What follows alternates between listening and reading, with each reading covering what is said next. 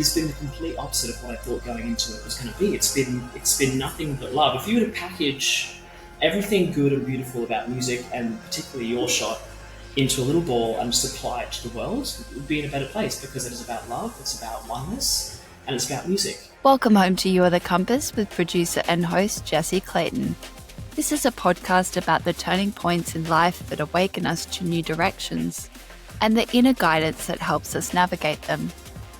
Reset your headings as we dive deep with guest interviews, quick fine-tuned series, and inspiration from all corners of the globe.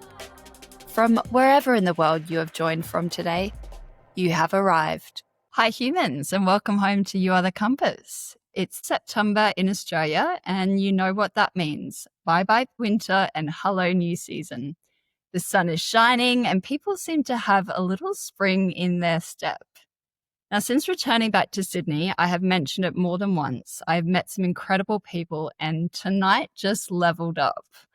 I'm super grateful to be able to share space and time with you all and set our coordinates to the music scene. Whether you are, as they say, old school and still have your faves on vinyl, a 90s kid like myself that used to record Eminem, Cher, and yes, all right, maybe the Spice Girls onto your cassettes from the radio, or you're just editing your latest playlist on Spotify to make it sound like it was your eclectic jam all along.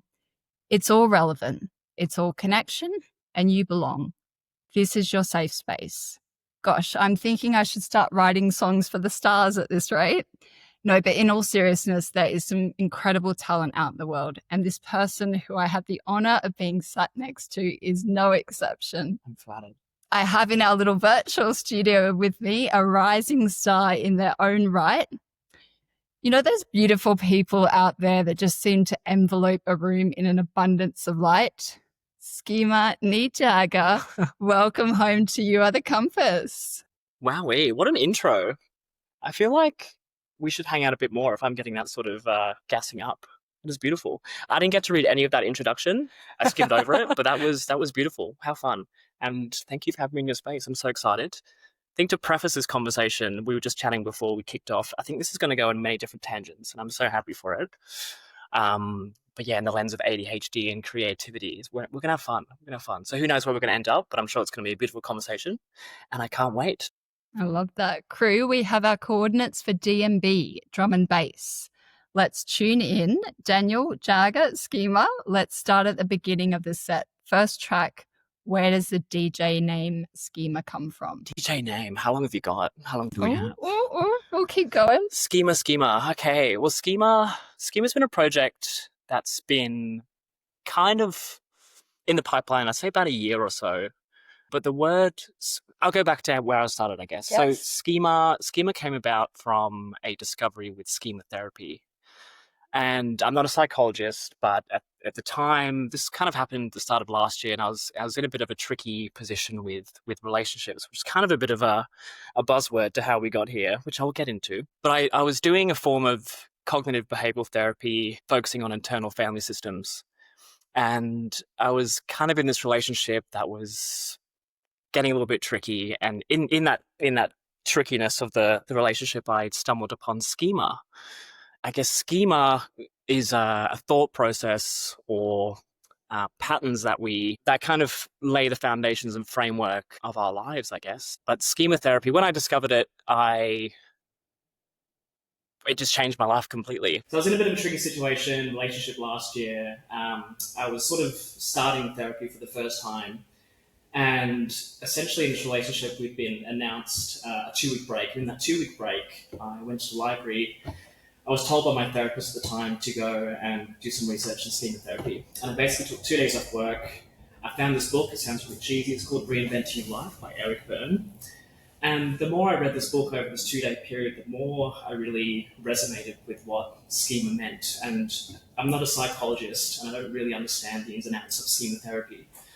But the way I understand schema is essentially thought patterns that we've generated over our lifetime, which are basically is a blueprint for how we see, read, and connect in the world, right? Schemas can be good or bad. They're basically ways that allow us to move through the world and exist as a human being, right? But one of the schemas that I think really related to me was something called unrelenting standards and self-sacrificing. And I found that in my relationships, I was always sacrificing parts of myself for those relationships, and one of those being creativity. And sort of looking back on these relationships and all these moments in time that I sort of sacrificed my creative outlets, I'd sort of gone, oh my God, I need to get out of this relationship and just, cliche, start focusing on myself, right? But I'd never done that. And essentially I sort of walked out of this relationship and I'd had this big drive. I'd always wanted to be creative. Like, I'm a designer day to day, I'm an architect in my day-to-day life. But I felt like a bit of a false prophet because I didn't really feel creative. And I was sort of grappling with this word schema, just kind of rolled off the tongue, and it was kind of, I don't know, sitting in my mind, like, what can I do with this thing called schema? At the time, I was wanting to do some sort of creative projects anyway, whether it was starting an Instagram account, flaunt lingerie, or whatever it was at the time. That all felt like it was coming from a place of ego. And I researched what schema meant, and the word schema, S-H-S-C-H-E-M-A, I think it is, actually translates to a form or figure, which is very fitting for an architect like myself. Yeah. And, I mentioned I sort of had this idea through this Instagram account to sort of flaunt something. I was like, oh my God, schema has to be this alias. Schema has to be this form or figure for me to absolutely pour everything that I've been self-sacrificing in these relationships and pump it into this creative project. So hence schema was birthed. I didn't really start playing with the word schema until maybe after I got back from Berlin in Europe. And at this point, I was 27 years old. I hadn't been traveling. I just moved to Sydney from Newcastle with a partner. We'd since broken up.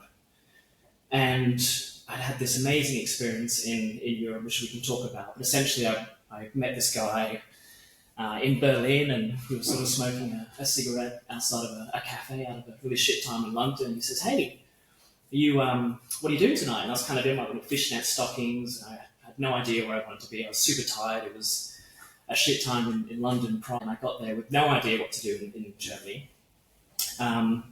And this guy was like, hey, do you want to come and see Goldie, like the pioneer of drum and bass? And I was like, oh my God, perfect. And I wasn't really into drum and bass at the time. I'd sort of dabbled with it, but I hadn't connected with it in a big way. I'd had this amazing weekend in Berlin where I essentially saw nothing of Germany in the day. I just spent 4 days in clubs, basically being paraded by this guy. And the 3 or 4 weeks after that Berlin trip, I spent a bit of time in Spain, and it was a weird time of year because I was there probably off season. So I spent 4 weeks in my head. I spent 4 weeks listening to music, exposed to new foods, new sights, new smells, things that I hadn't been accustomed to because I'd been sacrificing all these experiences for the people and relationships that I've been in with all my 20s essentially. So in a roundabout way, there was all these parts of myself that I had not discovered. And I spent those 4 weeks in Europe really getting to the nub of what I wanted out of this experience. Life in general. Life in general, yeah, of course. And just like trying to understand parts of myself that I'd never explored before. And I think the biggest part was the fact that I felt like a bit of a false prophet being in this design space. Like I was working for the world's largest design firm at the time. I was being told I was creative, but I was coming back home and feeling pretty unfulfilled. And like, I've got this kind of music passion that I've never done anything with because I've always kind of been waiting for someone or something to embezzle it. I came back from that trip and started playing around on my synth and recording on Instagram and just kind of being a little bit unhinged like I like to be. But I was like, no, I really want to devote this year to doing something incredibly creative that is completely my own. So the Schema project is a way for me, it's, what do we call it? Musical alchemy, which is kind of a transmutational form of looking at music and understanding the parts of ourselves that we don't know, right? Which it's not a new thing. We do this in all aspects of life, right? Self-discovery and blah, blah, blah. I found that music was kind of the one thing that I could really use to explore deep parts of myself that I'd never explored before. Absolutely. Have you always been in that musical realm? Like, I know we say, like, we grow up in school and we have like clarinet or the piano, or we have to play guitar. Did you play a musical instrument in school? I did. So it's kind of a funny story actually. I think I was like probably 8 years old. I was living in the UK at the time, in Newcastle, and a teacher rolls into the classroom with a bit of paper, the initials of all the instruments that you want to play, and 8-year-old Jagger thought guitar was spelled with a C. So I wrote down C. I'm going to learn whatever the guitar is. The guitar. So 2 weeks later, not to be confused with the place guitar. Comes back in and says, "Hey, Daniel, you'll be learning the cello for the next however many months." Yep. So here I am, 8-year-old me, like, shit, now I'm learning the cello. So I learned the cello for a few months. I just never eventuated to anything. But I grew up in, I guess, quite a musical household. My mum was a pianist. And my dad, I guess mum and dad are kind of self-proclaimed ravers. They grew up obviously in Newcastle upon Tyne, which at the time was top 10 party city of the world. So I grew up listening to like Basement Jaxx and Chemical Brothers and all these, really, really cool little artists, and bopping around to, dad's stereo in the lounge room. So I grew up around music, big time. But it wasn't until I came to Australia, I was like, yes, I want to learn guitar. Mm. And we found this classical guitarist. I spent a few years from 10 to 14 playing classical guitar. But it wasn't until I probably got a car and started listening to Triple J, like most young Australians, I guess, trying to enter the music scene. And I started being exposed to lots of rock and thrash metal and all these genres that I had no idea even existed. Growing up in Port Macquarie, like everyone wanted to be in a band. If you're a muso, to be a band as a kid was like, we've made it, played in a few bands. We never really did anything with the music, with life just getting in the way. Do you think it is about music, or it may be similar with other creative aspects like writing or even sports to that degree? What do you think it is when you're in that space? How does your brain work? Like, I know mine, I feel very calm. I feel very safe. I'm like, I can just listen to music for hours, or Absolutely. I can make a new playlist and put this mix here and that mix there. And, I like this artist. For sure. Do you think it's the same? Yeah. I mean, everyone has their own unique relationship, I guess. I think for me, anybody that knows me would say that I'm undiagnosed ADHD Labrador energy, right? And that never really made sense to me in the time, but now I look back in how I acted when I would engage with music, especially guitar. I come back from school or whatever else, and the only time that I could sit still for 5 to 6 hours and not do anything, not go to the toilet, not go eat, not go drink or anything, would be when I'm listening to music. So it's almost like this trance state, especially when you're creating, you're so focused on the sounds that you are creating, not just absorbing. You go in this world and it's just this beautiful journey that you get lost in for hours and hours on end. And looking back on like parts of my life where I don't do that in any other parts of my life. Like it is really music that I can sit down and be still for a long time and just create something that is my own and so unique. It's therapy. It is so therapy. And I think I was saying to you before, like DJ, or any instrument, but DJ decks in particular, I found are just like one big stimming device. Yes. It's the perfect fidget spinner. Watching back videos of me recording myself, I'm just, like I was saying before, like in this T-Rex state, So it is therapy. And I've been, telling my friends and family and parents, this is the one thing that really shuts me the fuck up. Mm-hmm. And it is beautiful. I think it's similar to architecture in that sense, in that you get to plan out your design, you get to play it out of your head. This connects to here, this line will come here, and then I guess that's all working with numbers, but you can bend and shape that to your will. And it's the same with, to a degree, with music. Yeah, 100%. And with architecture, I guess it's similar. Something really big for me that I'm trying to work on is criticism. And especially in architecture, you're constantly being critiqued, or you're constantly iterating to perfect something right. And I think with music, it is the same, especially when you're a bit of a perfectionist. You can just get in this rhythm of constantly critiquing yourself and constantly, in a positive way, or you've arrived at this thing you would have had no idea of getting there unless you just been on this journey of iteration. I find that so beautiful that you can start off with this idea and come out 6 hours later and be a completely different person or have a completely different project idea. So subjective as well, you know, like my taste in music might be totally different to yours, but there'll be some rhythm, some beat of your set, of a set that we're listening to that we're just like, wow, that just hits for me. Absolutely. And you have no words, you just look at people and you're like, yeah. You have the same, you know, it's like when I talk about this Europe trip, spending 4 weeks in albums and music that I've never listened to, there's moments that I'll just clock it, it'll come up in rotation, I'll just start crying. Like, it takes you back to this memory. It's so powerful what music can do. It's really, really landed with me. And I think that's a beautiful thing. It's so accessible to many people. And being able to see the response of your craft being played or absorbed by other people is illuminated on their face. Yeah, it really, it's like, almost like this trance state. I remember being in Berkheim and experiencing this with a genre that I don't dislike, but I don't engage with it in the way other genres like drum and bass, for example. So techno, I was in Berkheim, and I was there, I think, for about 5 hours. And people who know techno would understand what I mean when you talk about being in this trance state. I'm walking around, dead cold sober, in Berkheim, the world's best club, with the most amazing sound system you can ever dream and think of. And I just couldn't leave because there's just pockets of people kind of moving monotonously together on like this kind of trance state that every time you want to leave, you get sucked back into something because you see this other group of people in the corner doing this thing that you want to be a part of. So it's amazing how you just, like, it's almost this primal response, the way that you engage and pull into music. It's like it's ebbing and flowing. You're going with it and then you're pulling back and then going off in this other little direction. Music plug. Anyone listening to music?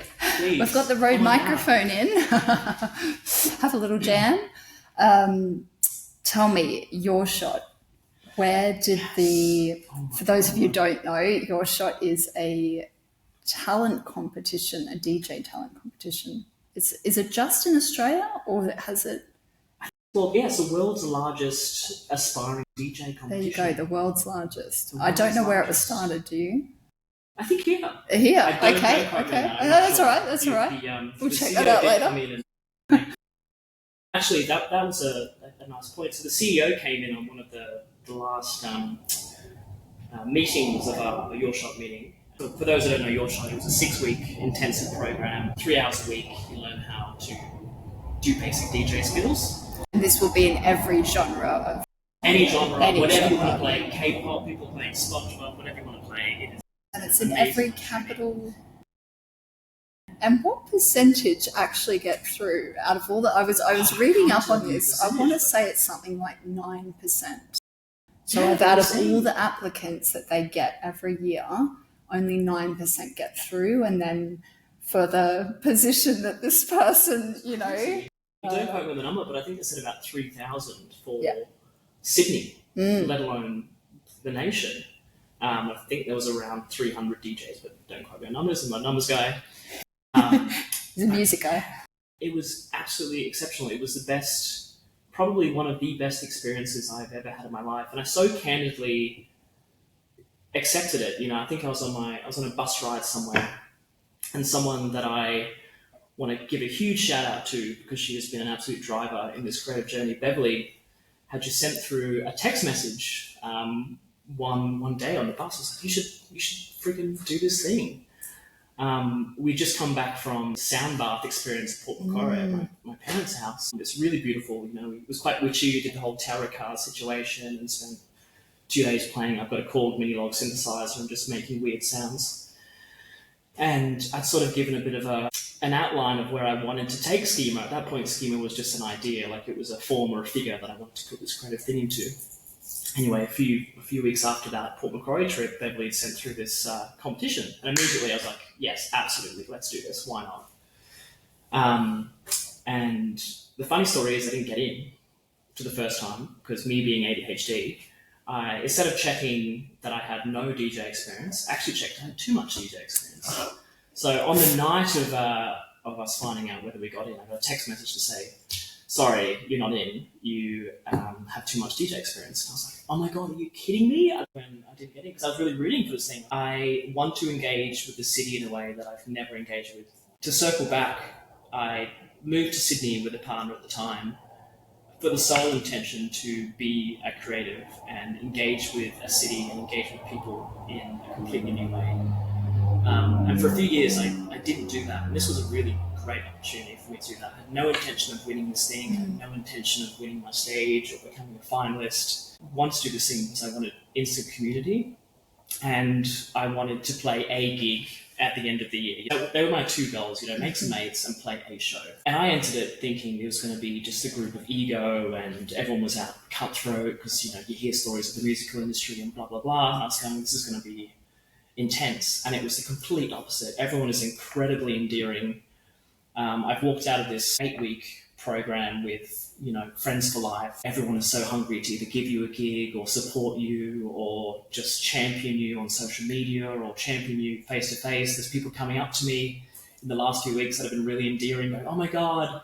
Actually, last Friday was hilarious. They were like, Screamer. They were like, hey, are you Screamer? And I was like, so close, my guy. But it has been the complete opposite of what I thought going into it was going to be. It's been nothing but love. If you were to package everything good and beautiful about music, and particularly your shot, into a little ball and just apply it to the world, it would be in a better place because it is about love, it's about oneness, and it's about music. And there was no hate, there was no drama, there was nothing of that. We walked out of this experience, learning a new tool. We paid almost nothing to get this thing. We've got beautiful headshots, videography, we've got new genres we've been exposed to, new connections, new people. I now have an event every weekend going forward for the rest of my life out of this Your Shot experience. Prior, I was looking for things to do. I was hungry to meet people. I was hungry to connect.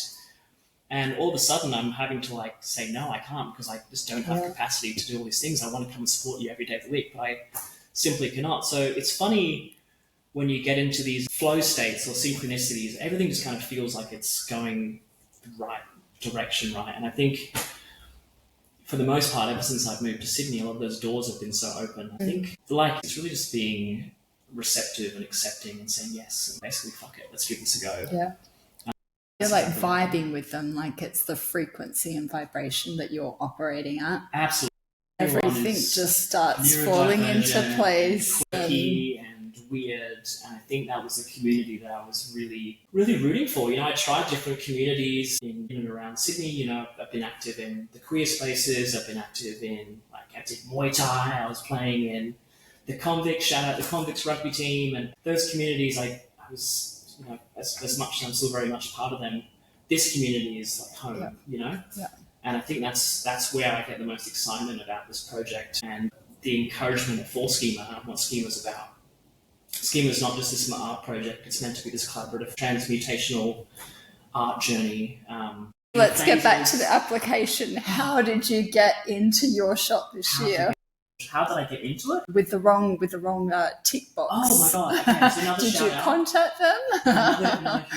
We've got a talented DJ, Mushu, who was one of the panelists, or one of the judges. He also went through Your Shot many years prior.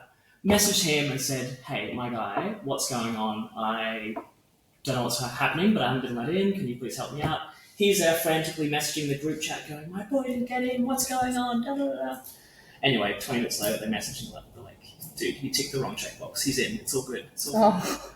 So that was just this huge relief, oh my God, finally I can press some buttons and learn what I'm doing. Do you think it was in that moment when you got the call or got the message, you got that, okay, I'm in, that you were just fuck, my whole life is just gonna do a 180. This is actually happening. I can do this. Yeah. Or was it when you were already in boot camp, as we say? I think it was definitely a gradual feeling. There wasn't this, I didn't get a text message and I was like, oh my God, yes, I'm in this thing. We had no idea what we were expecting. We were thrown into this meeting with hundreds of DJs that everyone was really awkward and not wanting to talk to one another and someone competing with one another, or what it felt like in that moment. But it wasn't until the first few sessions, because basically you get broken down into teams of, I think, 15-ish, and you get paired up with a pretty legendary local DJ, and they teach you for those 6 weeks. And so in those 6-week classes, I met every Thursday after work. that group of that cohort that you're learning with, you became super close with them because you're hearing their music and you're jamming, you're laughing. It's all this kind of beautiful oneness, which I thought was just going to be like headphones in, don't talk to me, I'm doing my craft. It was sort of, it's kind of like this slow burn, and then the last few weeks it was like, okay, we're here, this is going to be amazing, this is incredible, I've made so many friends, everyone's so beautiful here, let's do this thing. And it's so weird that it's over, because I think a lot of us are still coming down from this experience. It's only just beginning, of course. But yeah, I can't thank Your Shot and their commitment. I mean, the CEO came out on one of the last meetings and said, the reason I created this Your Shot experience is because I was too nervous when I was, your age, watching DJs. There was no platform for me to do this thing. So I want to recreate that for you. So without this experience, that wouldn't have happened. Maybe it would have, maybe it would have been 10 years, maybe it would have 2 years, maybe it never would have happened. But this was just a really easy outlet to get in, learn a new tool, and start performing and connecting, really. That's all this thing is, it's just connection. How do you think it differs from like other talent shows that maybe society doesn't sort of deem DJ talent the same as a lovely opera singer or a beautiful dancer that's had 10 or 15 years training a ballet? Like literally we're talking about a skill that if you are good, it will seem like that you're just born to do it, you're playing for years. Whereas I find like dancing and stuff, and I used to do a bit myself, that you used to have to work at it over and over again to get any sort of headway with it. I think a lot of the work is done for you. At the end of the day, you're playing someone else's music, right? So as a concept, you are playing your favorite music, which has been produced by someone you love, and you are simply recreating that for people. So if you take that concept and compound it by 300, 600 DJs, you're already entering into this thing. All I need to do is learn the technicality of this DJ thing, but I'm playing someone else's music, and it's already going to be received really beautifully. But I wouldn't have discovered schema and music and connecting with raving, like intentional raving in a way, if I hadn't met yourself and our wonderful little cohort of raver butterflies. I feel like it's a little family. Yeah. I thought my time with music was over. I thought my time with dancing was over. I thought my time with intentional dancing was over until I met, yourself and the beautiful little crowd we have, which is beautiful. Has that just fueled your passion more?